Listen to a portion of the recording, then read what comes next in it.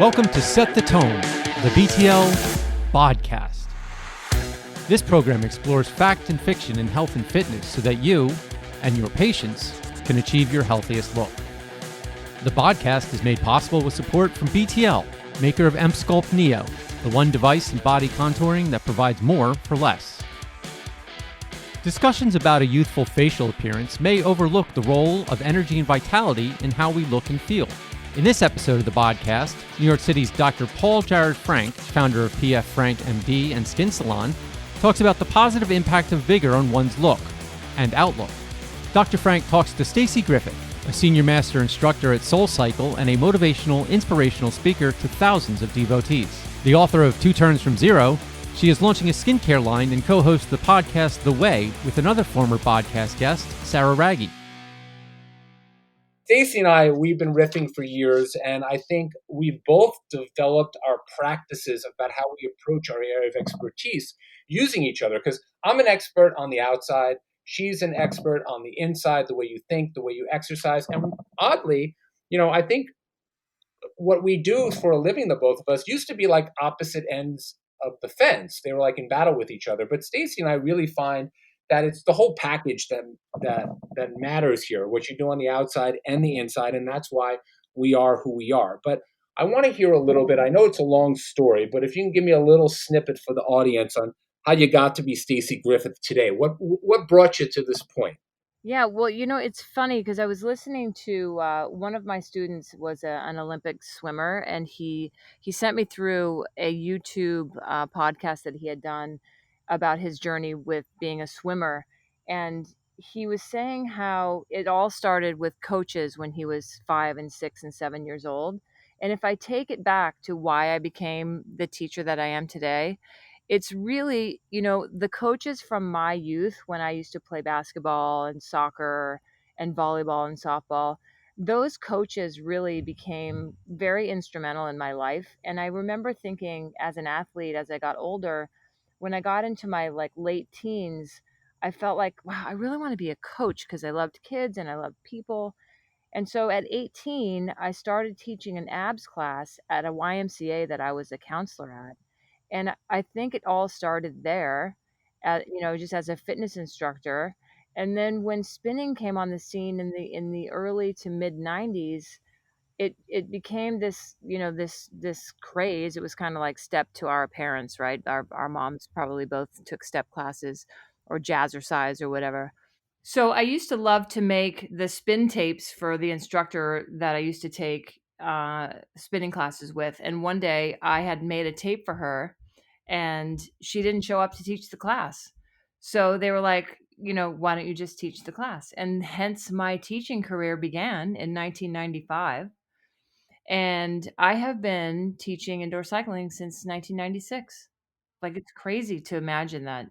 Now, do you think, because obviously we all evolve in many ways, particularly in our career, but given that your career is so physical, I'm sure, did you think you'd still be teaching today after all these years? Because now, like me, we're middle-aged adults, things change. I think you've become more powerful with age. Did you think it would go in this direction? And, I didn't because, I always, in my youth, I always jumped from job to job because I would get bored. I'm an Aries. I have a little slight OCD and ADD. And, I guess I never really thought that far ahead. But what happened was the role and the job of a fitness instructor in the 90s and in the early 2000s kind of became like a thing. They became, superstars, and you could actually have, I think Biggest Loser was like the first like TV show to really highlight trainers and how powerful they are. And I didn't even think that one day I would tour with Oprah, teaching to 17,000 people.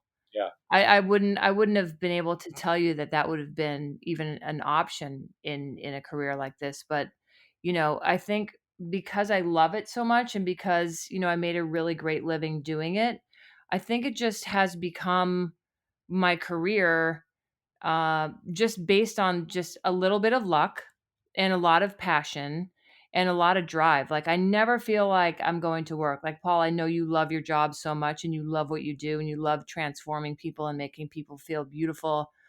And that's what I feel like drives me. And every week it's a new story, and every week it's a new body that has been transformed. And that never gets old. No, We may be aging, like the job isn't. Like, I think I'll be like Jane and Jack LaLanne. Like, I plan on being an instructor when I'm 100. that's right. I say they'll have to pull the syringe out of my hand. Yes, they will have to pry me off of that bike. And it's not for everyone. And I think, every instructor that, becomes an instructor, I don't know that they have the same trajectory that I've had. Like, I've written a book and I have a skincare line and I've, gone on tour and I'm writing my second book. And, you can do that with your career, but you really have to have that drive and passion and something to say. A lot of like the reason why my career I think really took off was because, I did write the book, and I came out with the book because I wanted people to know my truth, because everybody used to, put me on this pedestal of, guru and fitness star and all this stuff. And I was like, you guys, this did not happen overnight. And I have not always been this person. Let me tell you the real story. It's your authenticity. And I feel the Right. same way. Our power gets greater as we get older because our audience, yours and mine, they connect with who we are. By the way, no offense to the amazing instructors that are 22 years old and the people who get a little Botox at 29 years old. But by the way, it's a lot easier being younger. It takes an enormous amount of perseverance. And for you and I to set an example for our audience, I think that's very inspiring. And don't get me wrong, I'll take all the compliments people want to give me about how I look, about my energy, about my vitality. But it don't come from nothing. It takes a lot of work. And if I can do it, so can everybody else. And I think that's one of the key things that you inspire people on the bike is that you're doing it with them. You're living it every day, setting the example. And if you can do it, everyone else has that. Now, everyone's different. No one could be exactly like another person, but man, we sure try and give them the tools. Right. And that's the thing. I always tip my hat off to the younger instructors that are riding all these classes. They're riding sometimes on the bike and teaching 20 times a week. And tonight, I'm 52 years old, and tonight I'm teaching a class that's 90 minutes long. It's at 9 p.m. It's under a new moon, and I'll be riding up with my students, and I don't ride the bike, and I'm not like, like I said, I'm freaking 52 years old, but I can still keep up with the 20, 2 or 19-year-old kid that's going to be up there with me on the bike tonight.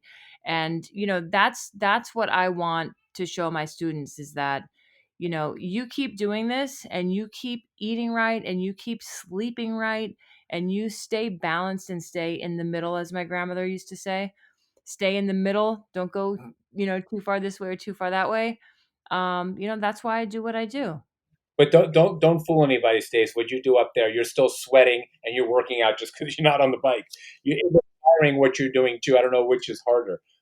Tell people a little bit because I know we've talked a lot because it's not just exercise, it's not just taking care of your skin. I know you've changed some of your nutritional balance over the years, right? As we get older, we have to change our techniques in every aspect of our well-being. Yeah, for sure, for sure. So, I have a lot of things I have to deal with. One, I'm anemic.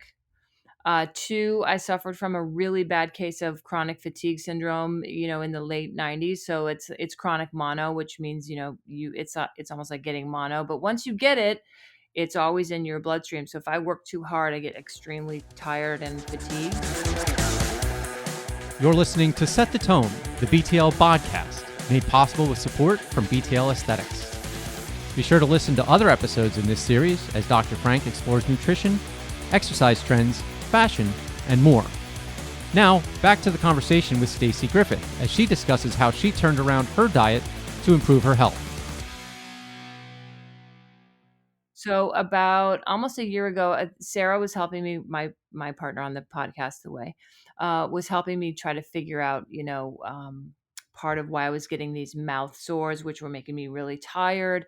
So I went to an all plant-based diet for like about 3.5 months, and it really changed everything.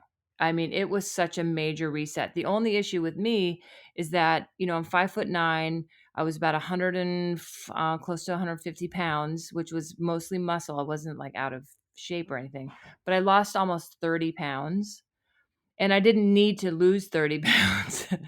So none of my clothes fit.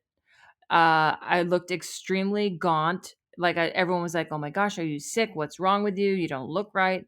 So I had to go back to adding a little bit more protein. But honestly, I've never had more energy in my life than when I went completely plant-based. It was a trip. Wild. So again, you really had to change your strategy. And again, who knows, in 5 years, 10 years, I think with beauty, with fitness, with nutrition, with any aspect of well-being, people forget that adaptability and being open-minded to change is probably the most important thing, because you assume that what works when you're 20 may work when you're 30, or what works when you're 40 may work you have to be able to roll with punches in life, because people deal with more than just looking good, feeling good. They deal with illness, right? Mhm, They mhm. deal with real issues. And I think the adaptability and the grit. I love that word grit to Yeah. get you through things and change things up. I mean, I had COVID. I hated yoga in my 20s. Um, I've had to incorporate yoga into my life the last 6 months recently to get my form back, my structure, my flexibility, so it could allow me to do the spin classes. Like I spun with you last Friday. I had the best class I've had in 6 months on any bike of any workout. It Yeah, takes you're so strong. You're so strong through that. it takes time, and I think people get frustrated with themselves. And I think you and I both, we have to, you support them through that. You Yeah. support them through that change. You always say best shape of your life, right? It's always achievable. Totally. One of the things about the diet, with the plant-based diet, what I did was I stripped away all the sugars and the processed foods. And that was, I think, one of the biggest things for energy gain was staying away from so much sugar. And you know this, like my skin completely changed. Yeah, yeah. Completely changed. But it's hard to dodge sugar. The sugar bullet like always sometimes hits you, and it's a bad domino to kick over, because once you open that sugar gateway, it's like it just like it gets you. Well, I actually also, I know you don't drink, but for a lot of people, it's alcohol, because alcohol, it has its own level of toxicities and things it does to the skin. Just because it's legal doesn't mean it's not having problems, and it throws off a cascade of nutritional things. If you had a few the night before, you don't eat well the next day, it lowers your threshold for a lot of other things that may not be great for you. Your workouts aren't the same, your fatigue level. So whether it's sugar or alcohol, in my book, I always talk about trying to like minimize the evil doers, because those bad things beget other bad things. You know what I'm Yeah. saying? And alcohol really messes with your sleep. Oh, absolutely. Some people think that they need it, like the wine helps them go to sleep at night or helps them relax, but really, it comes back to wake you up later. Absolutely. I forgot to tell you, people may not know. They know your book. I know why. Tell them why it's two turns from zero. What's the metaphorical and literal meaning of that?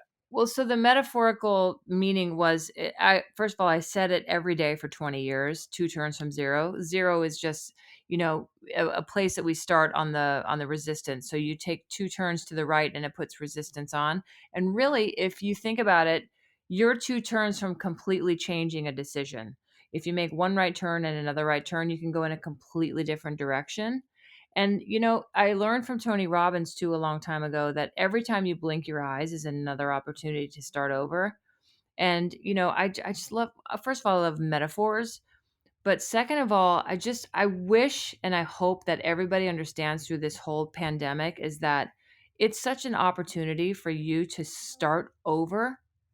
Like, even if you're already, people are like, "What? I was in such a great place." I'm like, "You're in such a great place in one area of your life, but there has to be another area of your life that you didn't have this much time on your hands. So let's get to it." Yeah. It's funny. That was going to be my final question. I love how you bring it in. Just like, what changes have you found with COVID-19? What have you reset? What have you rebalanced? I rebalanced, I think, how much I was working. When I look back on my classes and how much, we none of us taught for almost 4 months.